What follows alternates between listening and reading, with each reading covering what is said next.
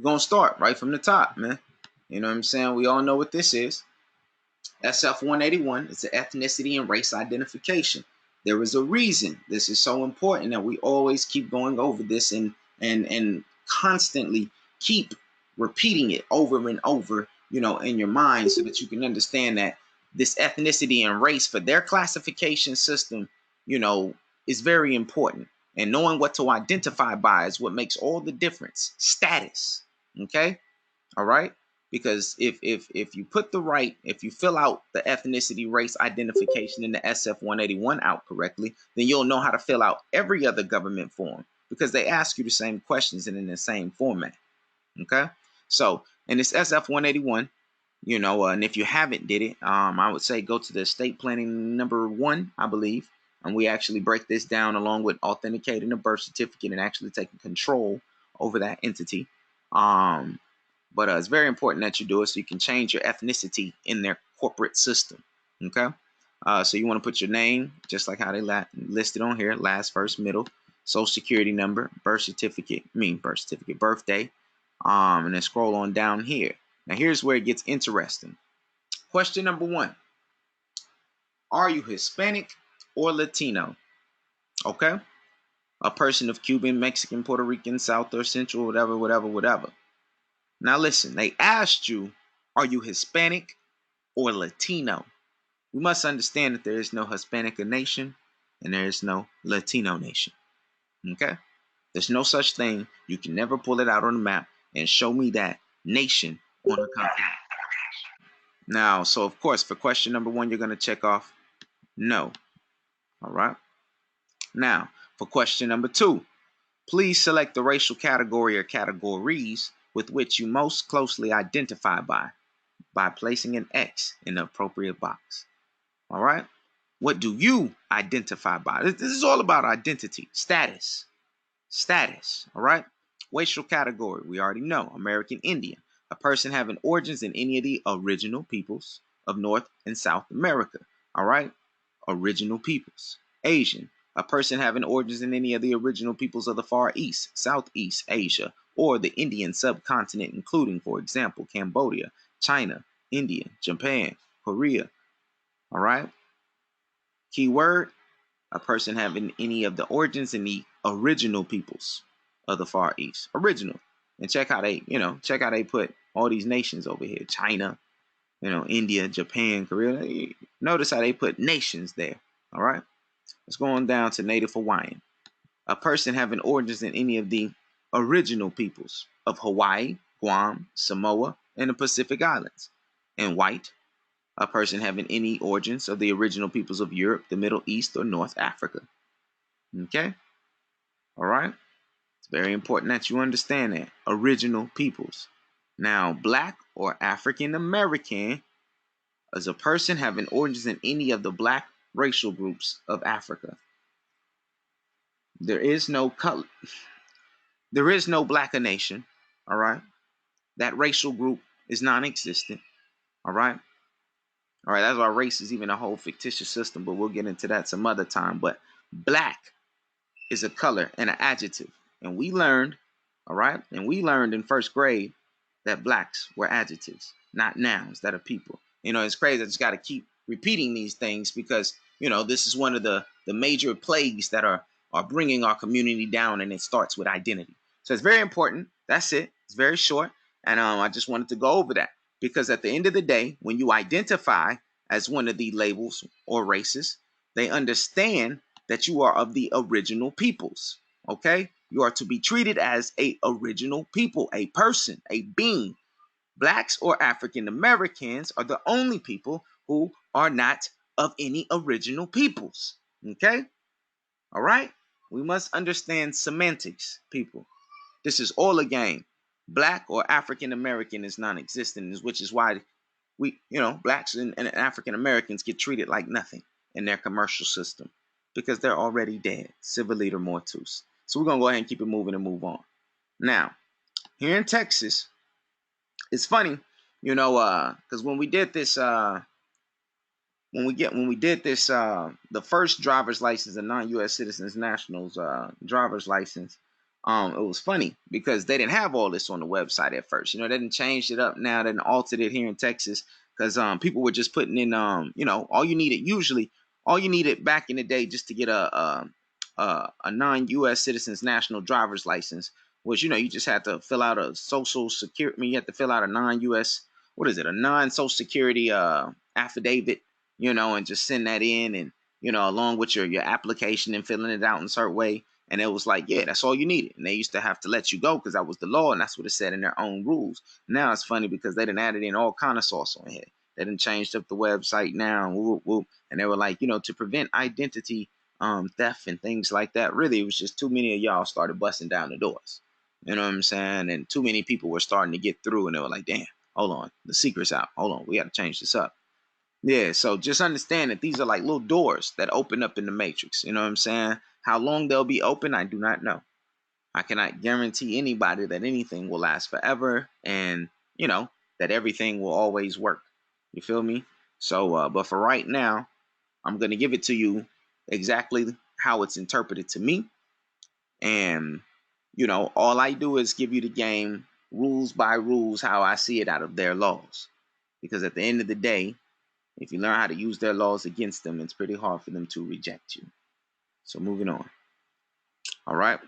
Now, we know what a commercial, well, if you don't know what a commercial driver's license is, we're going to read it. Operating large commercial motor vehicles requires specialized skills and a training that must be learned.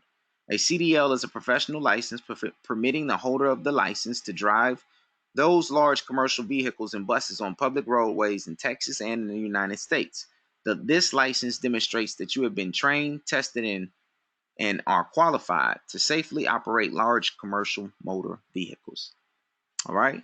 Class A permits the holder to operate any combination of vehicles with the gross combination weight around 26,000 or more pounds, whatever, and they just tell you the different kind of CDLs that you can get. And I'm sure if any of you all are already interested in CDLs, I'm sure you already know for your state the different kind of classes and what they, require and different things like that. So usually, like I say, in some states, maybe it might vary by the classes or whatever, but it's always pretty much the same. We don't really need to go through none of this. Like I said, if you're really into getting a commercial driver's license, I think what applies to you and what kind of driver's license you need. I mean, I think that's pretty much something that's self-explanatory and what you want to get. The thing that's important now. Let's see, where is it at, man? I thought this was pretty funny. All right. There it goes. Applying for a commercial learner permit. What do you need for commercial drivers before getting my CDL? These are the Texas requirements. Now, applying for a commercial learner's permit. Now, this is where it gets really, really, really, really interesting here. Here you need a U.S. citizenship for a commercial learning permit. You have to have a U.S. citizenship. If you are not a U.S. citizen, you need evidence of lawful presence. Evidence of lawful presence. Let's see what that is. You know what I'm saying? Now, when you click on that, they give you a definition of everything and what you can get. Now, proof of citizenship or lawful presence. Examples of documents to verify lawful presence includes a birth certificate or birth record issued by the appropriate state bureau of vital statistics or equivalent agency from a U.S. state or local government, a U.S. territory or District of Columbia, a U.S. passport or a passport card. Now, the thing is, it's just like getting your passport, y'all. You got to have that birth certificate. You know what I'm saying? Like, again, they want to know, how are you registered to their system? This is all business. And that birth certificate is basically your stock in their commercial corporation. Okay? And that's what gives you permission to use them as benefits, but you're not going to use them as U.S. citizens. You're going to use them as American nationals. Okay? Everybody has the opportunity to choose what they want to be. And if you want to be a slave, that's up to you. If it's business, it's business. So, but anyway, right here in their own manual, it'll tell you that you can send in your birth certificate. Okay? Simple. You gotta have Texas residency, identity. Well, yeah, like I said, you can go through all this for your own state. Social security number. Again, you gotta have your social security number just like you do with your passport. The reason being, is because, at the end of the day, that's your membership number. That's your insurance number to their corporation, your trust number, all that kind of good stuff, however you want to say it, SESTA insurance number, all the same thing. You gotta use that in order to be permitted to the benefits. Self-certification of medical status, medical examiner certificate, evidence of Texas vehicle registration. This is the one I wanted to, kind of focus on. The thing that's important about this one, and we're going to have a lesson on, discharging debt with the cars and stuff, and that's coming in September. But the thing is, you want to, register your vehicle in your trust. Okay? You don't want to register it in your public name. When you buy your car or whatever, buy it through a business. And if you need to, you can co-sign with it with your own personal credit, whatever, but you always want to buy it through a business. Okay?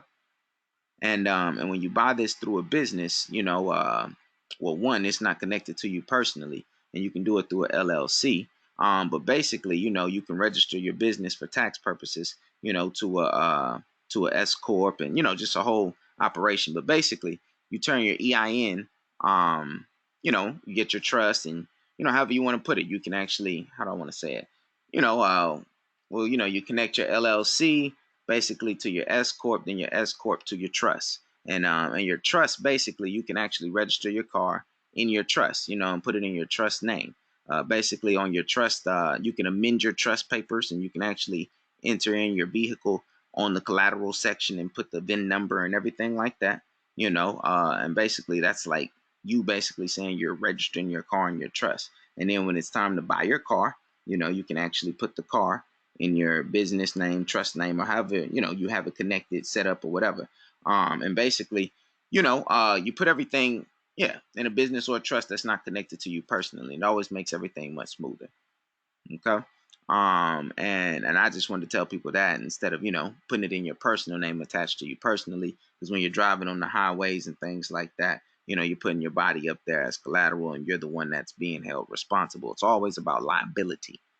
Okay. And when you fill out these applications, you're saying who's having liability. So you don't ever want to put yourself on there when it comes to like your vehicles and things like that. So that's it. And proof of insurance, and like I said, basically pretty much every single state can vary a little bit, and that's all up to you. But anyway, when it's time to get your CDL, you just got to fill out the CDL application, get the your citizenship or lawful presence. We already talked about that. Your birth certificate, social security number, identity card, whatever, Texas residency. And this could be a passport, I'm sure. And Texas residency proving that. And the same thing in the state. Now let's look at this application. So, because it's interesting. Right here at the top, just fill out your name, no different, contact, phone, whatever, truck driver Joe, whatever, cool. Date of birth, social security number. All right, real simple. Now, brown, hair color, black. Now, race and ethnicity. Now, we already talked about this, okay? For myself, I'm going to put American Indian.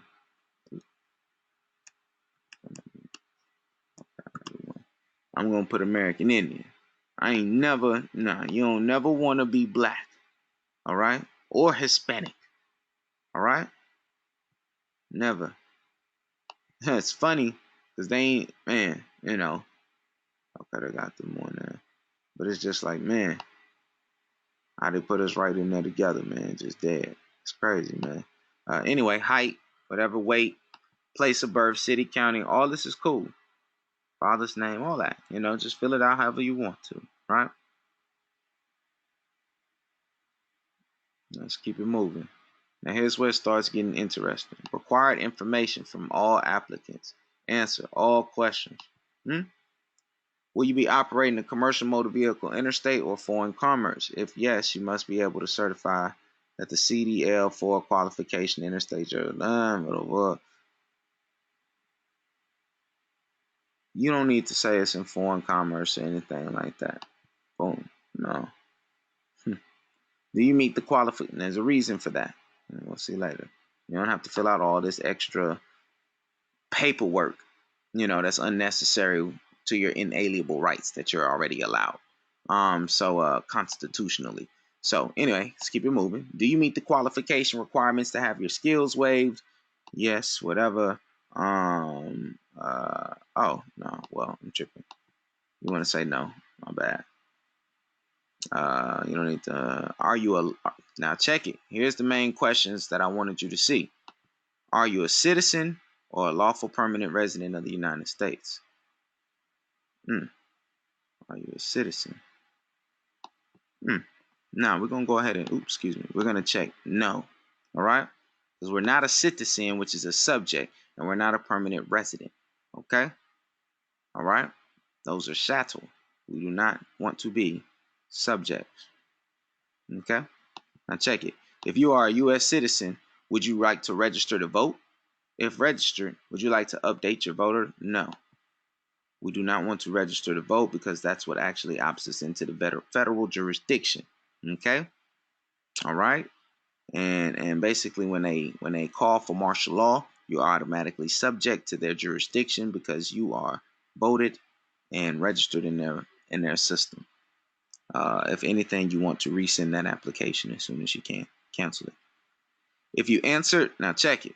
If you answered no to question 3, okay? Remember, question 3, are you a citizen, a lawful permanent resident? We said no. We know we're not citizens. I said, all right, well, if you answered no to question number 3, are you a refugee, asylee, or a U.S. national? Well, I'll be John Brown. Yes, I'm a national. That's exactly what I am. For the purpose of commerce in their game. For the purposes of commerce in their game. So we are definitely U.S. nationals. It's funny, they tell you right there. Okay? Right there. You don't want to be a citizen because citizens are subjects. Okay? Of a corporation, entity, or empire. You don't want to be a subject. Right? Would you like to register as an organ donor? Hell no. All right. So that's always a no on every application that you ever see. All right. You never want to be an organ donor because everybody's. A lot of people seen the hidden colors. You put your organ donors. You put your organs out there for donation, and your body part. People come up missing, getting killed, their body parts getting taken, and that whole like black market and whatever. I'm just saying, like, you always want to check no for that. Just it'd be the best thing for you to do.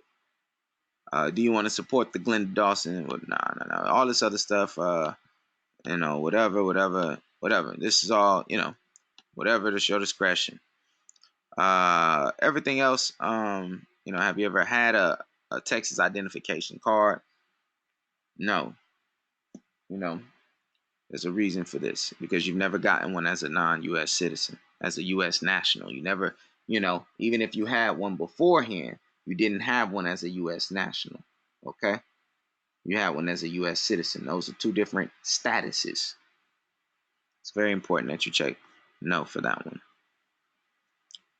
All right. Are you enrolled? You're currently have a list suspended. No. All this other stuff is no, whatever. However you want to answer, however the state is kind of set up, whatever. I already kind of told you the main questions and the main ones and how you got to answer them. I'm thinking, what was I referred to? Mental communication, alcohol, drugs.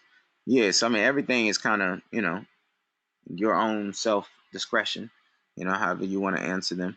But I just want to make sure that, you got these main questions. If you answered no to question 3, are you a U.S. national? Yes. That's crazy. You know what I'm saying? They put it right there. So they never hid anything. They just gave you an option to choose. And at the end of the day, it's very simple. And that, my friends, is how you can get the private CDL, the non-U.S. Citizens National CDL. It's very simple. All you got to do is basically just fill it out after that, get it notarized, and, do your thing. They're not asking for a lot. It's real simple. All right, don't make this harder on yourself than it is. I mean, at the end of the day, you will have to learn how to drive. I don't have a course for that yet. You will have to learn how to drive a truck yourself. You know, but I mean, other than that, everything else is pretty self-explanatory. And I mean, self-discretionary, up to you what kind of class, what kind of truck you got, whatever. I mean, you good.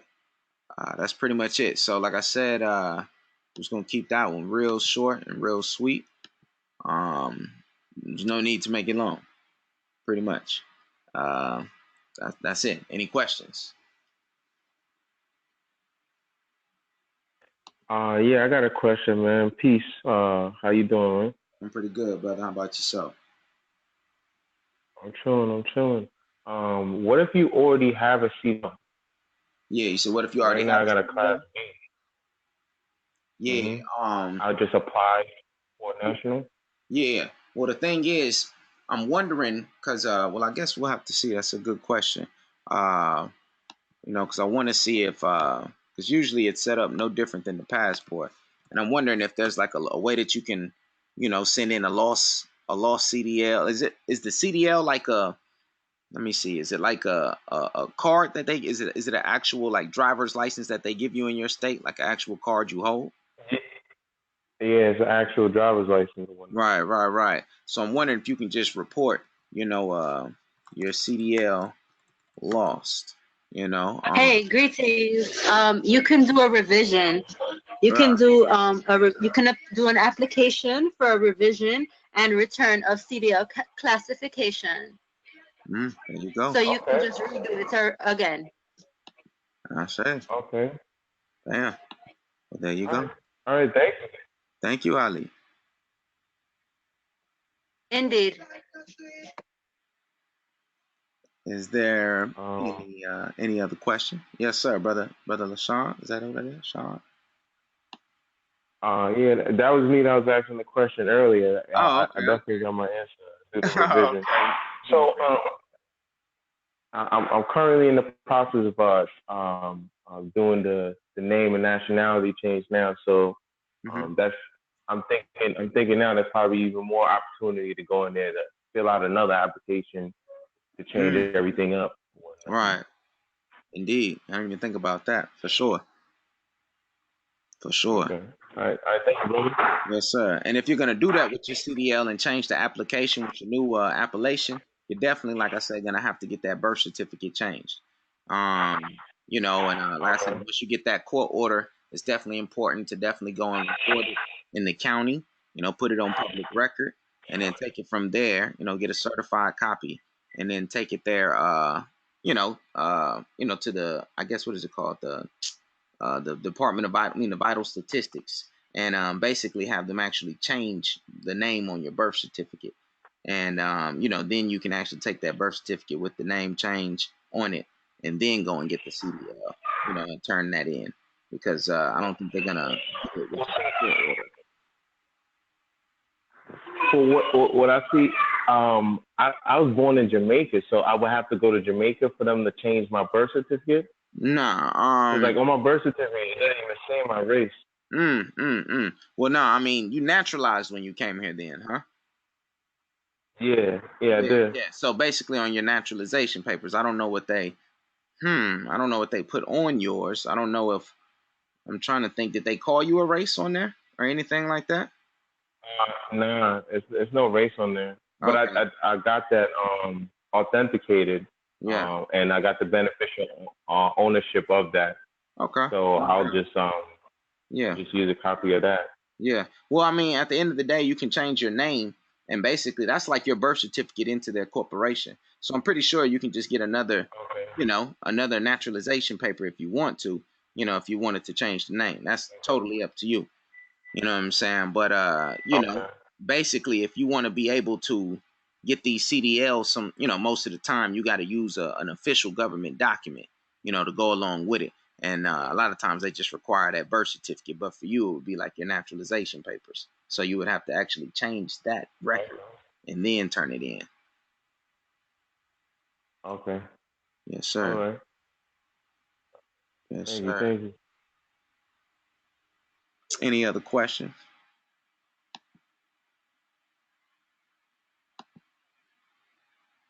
This brother Kalani. Yes, sir. What's happening? Okay. Hey, what's happening now? Yeah, I put 2 messages out there in the chat box there. Okay, let me see. Okay. And okay, I'll let you check it out. Okay. So are you basically recommending to have the status correction done before you would go back and, because in my case, I already have CDLs and things like that. So I was just saying, would you recommend having the status correction changed on the record before you would rescind and redo that paperwork? I mean, that's totally up to you. Again, self-discretionary, but I personally would do my paperwork first, do my actual court order and get that changed, because again, that's actually a reason that gives you the reason to actually have to revise or, get a new, get a new CDL.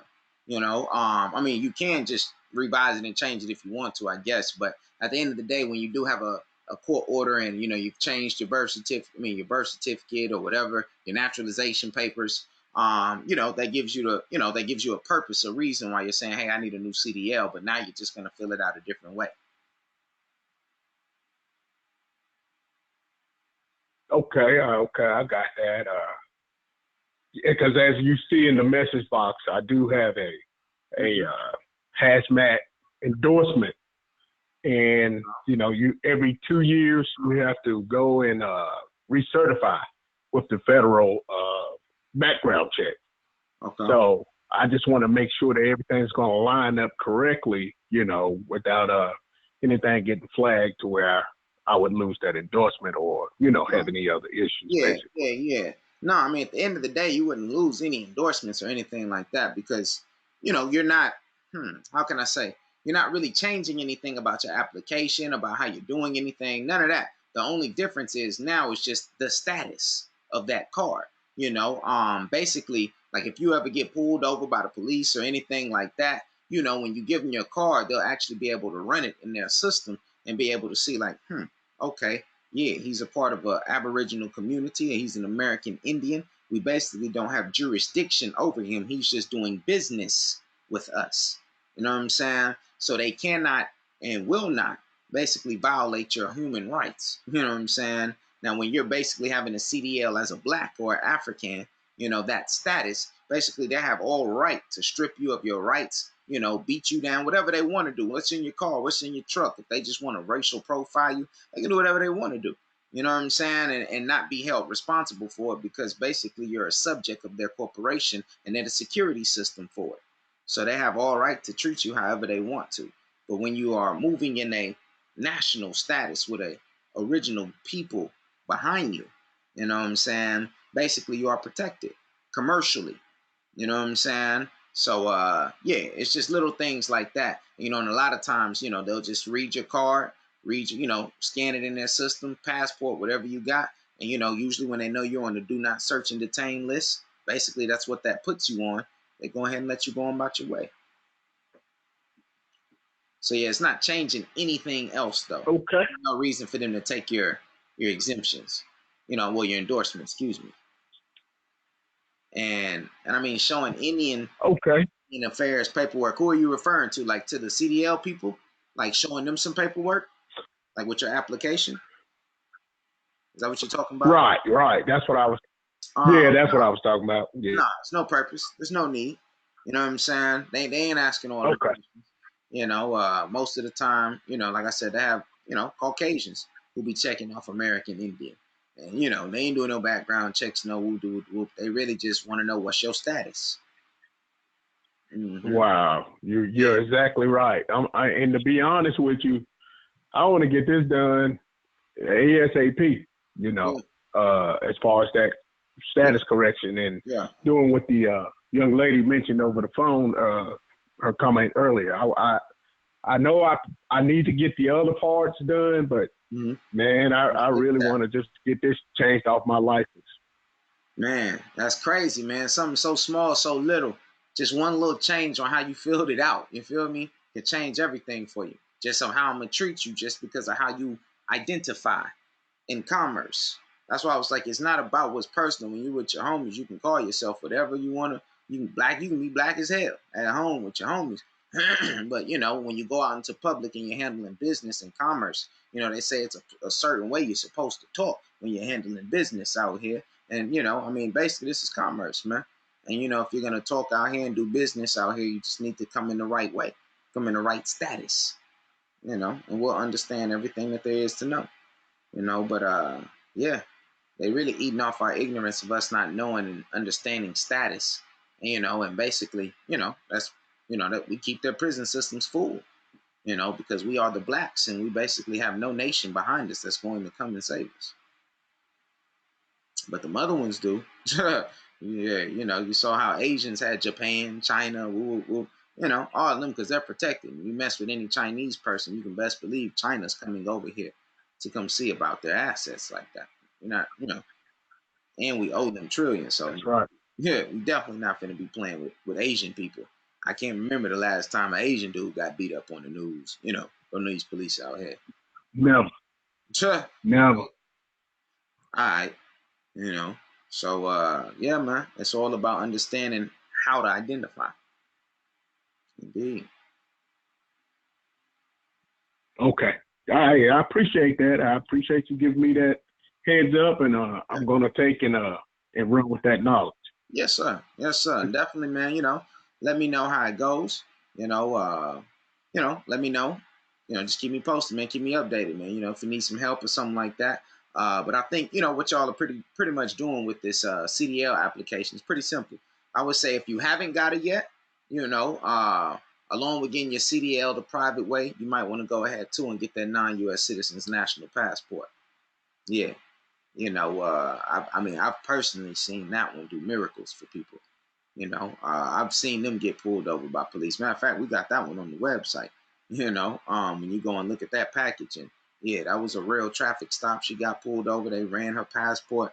She was on that do not search and detain. Dropped everything, let her go, and she had expired license plates, no driver's license, none of that. She just had that passport, man. Tags, registration, everything was old, outdated from another state. And yeah, and they have to let it go.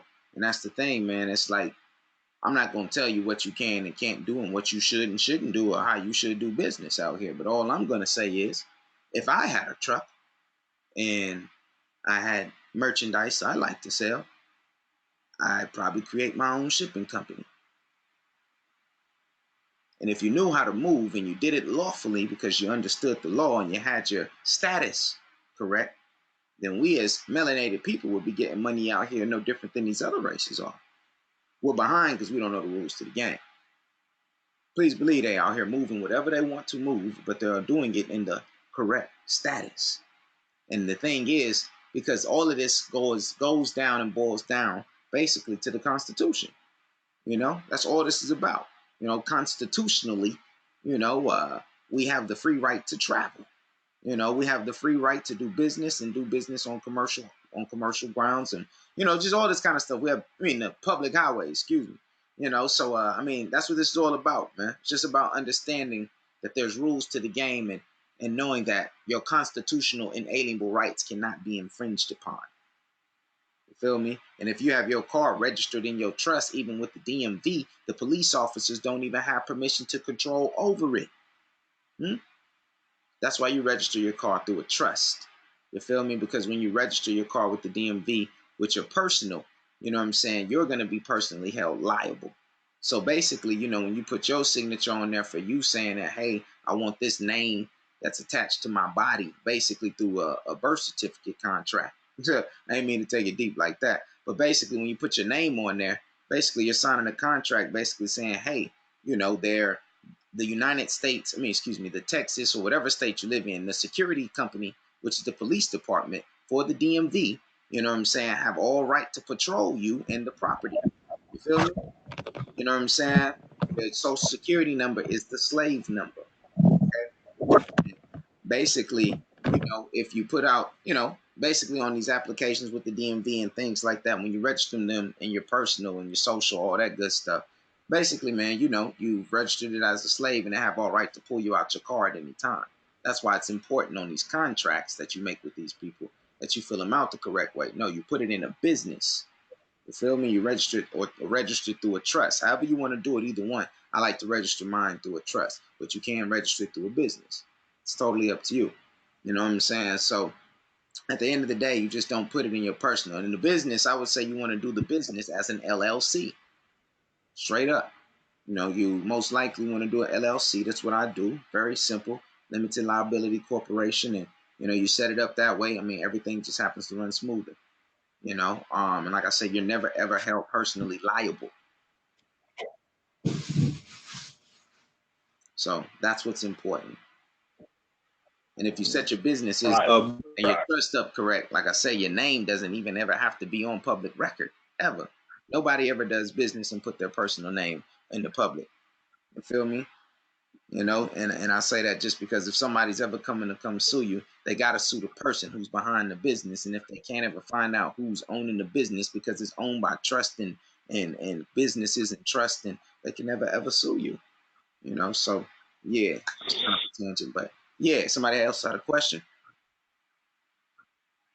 Yeah, brother, it's me, James. Just quick question. When you do the rescission for the cars and all that in September, are you going to go over like having the license plates being private or registered to a business and Oh yeah, all the other stuff too? Oh yeah, for sure, man, for sure. We're gonna go over all that. You know what I'm saying? All of that, because you know by that time we're gonna already have license plates. You know, and we're gonna be pushing them out for the people. Like I said, you know, I'm just not forcing things upon people yet too fast, too early. Like I said, I had that card machine and them cards for a minute. You know, it's just I didn't feel like it was time yet. You know, like the energy got to be right. You know, people, it got to be enough people on the conscious level to go ahead and be ready to make those moves. So you know, by that time in September, you know, everybody there'll be a lot more people that are ready. You know, we'll have some caught up. You know, a lot of people will be there from the academy. You know that we have going on, and yeah, you know, I'm gonna give people everything at that point. That's gonna definitely be one of our most exciting, webinars for sure. That one and the house one, like this shit gonna. I mean, this stuff is gonna blow your mind, And the crazy part is everything is here. It's already here. It's right in front of you. So yeah, man. Yeah, I'm gonna definitely tell y'all how to do it in the trust, and I'm gonna help y'all get license plates and things like that. Literally print them for you, however you want them designed, or whatever you want put on there. We'll be able to do that. I personally, I always kind of make my plates similar to the state's plates that I'm operating in. I just, happen to change them up just a little bit, put Republic on there, just some other kind of stuff. But I try not to be too loud. I'll try not to make too much noise with them. You know what I'm saying? I know I'm riding private, but at the end of the day, we basically make them look very similar to the state plates that are already there in your state. And yeah, it's just, basically it doesn't really stand out and people don't really mess with you anyway. But I mean, once you have your injunctions in and stuff like that, it doesn't really matter. But, yeah, but we're going to definitely help people with doing all that. And cool. Exciting. Yes, sir. Anybody else have any other questions? Yeah, I figured that one was going to be pretty easy. By this point, some of y'all, Ali, let me see, LaShawn, Miss Courtney's in here. She real quiet. I see her though. There's a few of y'all, like I say, that have been doing this stuff, man, for a while. Some of y'all have even gotten the court orders, got the change. Like some of y'all are pretty advanced out here, and are really seeing pretty clear. I just want to say, at this point, y'all should be able to decipher through these government documents. That should be pretty easy to understand now. Once you fill out the non-U.S. citizen's national passport, once you fill out that non-U.S. citizen's driver's license, and the only reason why I say, get a driver's license, but get it in the proper status, you know what I'm saying? The only reason why I say do it is just because at the end of the day, if you're planning on getting into cars, like I said, when you really get into the banking part and the commerce of all of this stuff, and you really, start wanting to do your thing, you're going to have a driver's license in order to get a car at these dealerships. You know what I'm saying? So if you're going to get a license and start getting cars, you just get it in the proper status. You know what I'm saying? And it's totally fine. Just do business the right way. And you'll be able to, really play the game. Because like I say, after after we have that car lesson, there'll be more of y'all to go get cars. Trust. There'll be a lot more of you all to go and get cars. But before then, I'm gonna go and get me a couple more, maybe one, just two. But you know, at the end of the day, you know, there will be many more of you all. Any other questions?